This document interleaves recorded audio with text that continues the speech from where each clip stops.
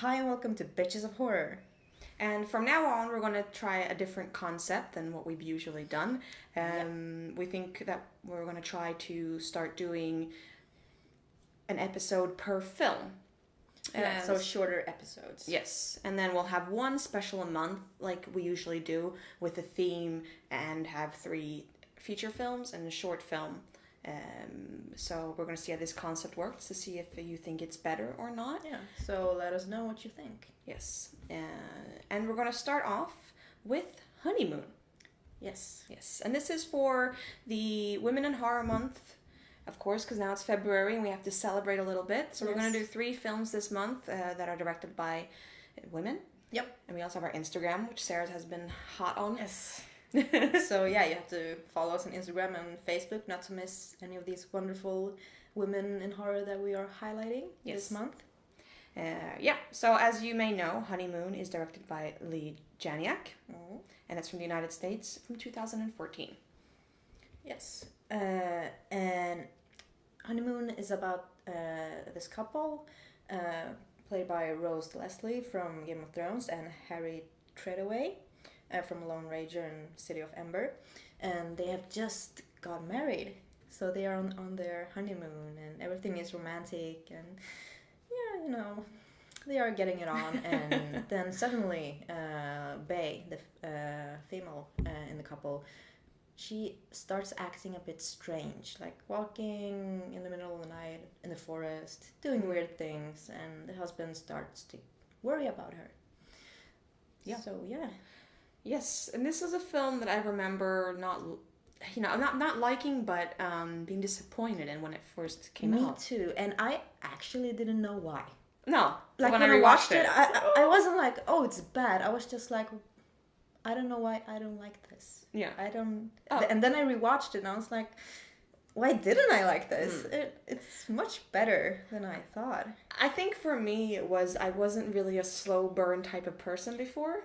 And I think it's kind of grown on me. And rewatching Honeymoon, which is, I mean, it may even have started that trend of slow burners, because it is pretty... Not trend, but it was before slow burners was a thing.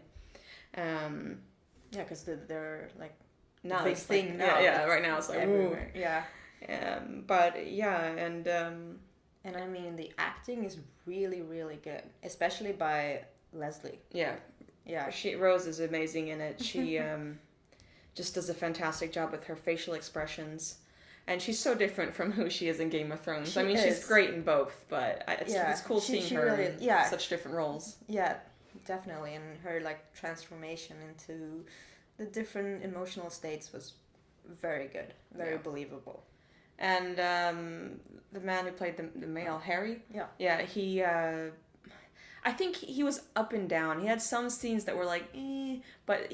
It felt like he like kind of like upgraded through the film. Like in the beginning it was a bit like ugh, but then he just got better and better throughout. And at the end I think he kind of retook the power. I agree. But overall, I mean, there's not many actors. There's like 4 in this film, maybe. Yeah, very few. But I mean, they don't need. Oh no, definitely not.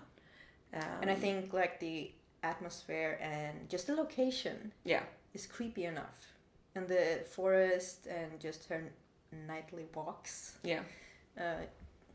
It's just she just acts the awkwardness and the weirdness so well, and it's really portrayed, and you're feeling like uncomfortable. You're like, what is going on with this woman? Every scene where she was like uncomfortable or awkward or doing something, I was awkward and uncomfortable as well. I was just like, oh, stop, but don't. But yeah. Yeah. Except for the good acting, I think that the cinematography as well is really great.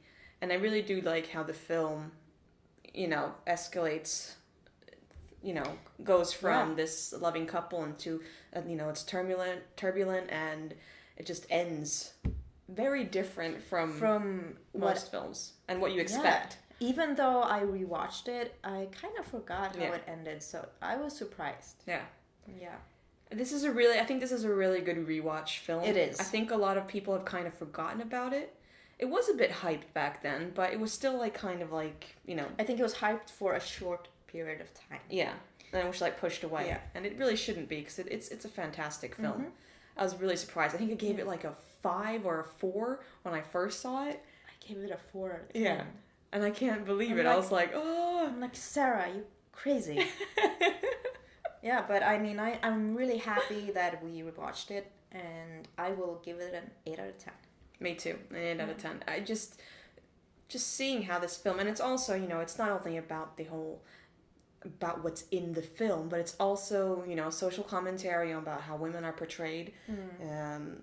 You know, because they talk about, you know, starting a family, and she kind of doesn't want to, but they think it's too early, and, you know, the whole pressure of that and all of that. It's just very well mixed into the film. Yeah, it's not like boom in your face. And you don't even think about these issues while watching the film, but you do afterwards.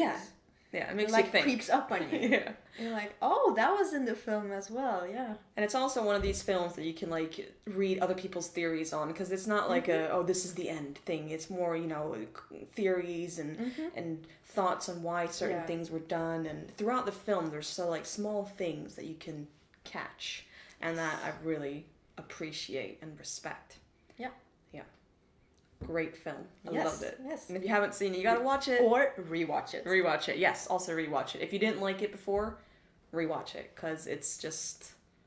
Ooh. It's a rewatchable film. Yes. Yeah. Yeah, so that was it for Honeymoon. Yes. And stay tuned for some more Women in Horror in February. Yes.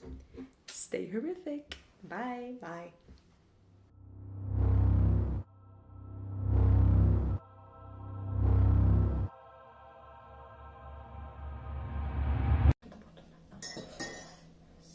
Ja, men Honeymoon, precis. Och så, eller börja upp.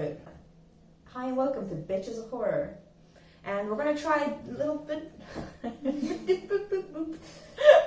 Hi and welcome to Bitches of Horror. Oh, okay.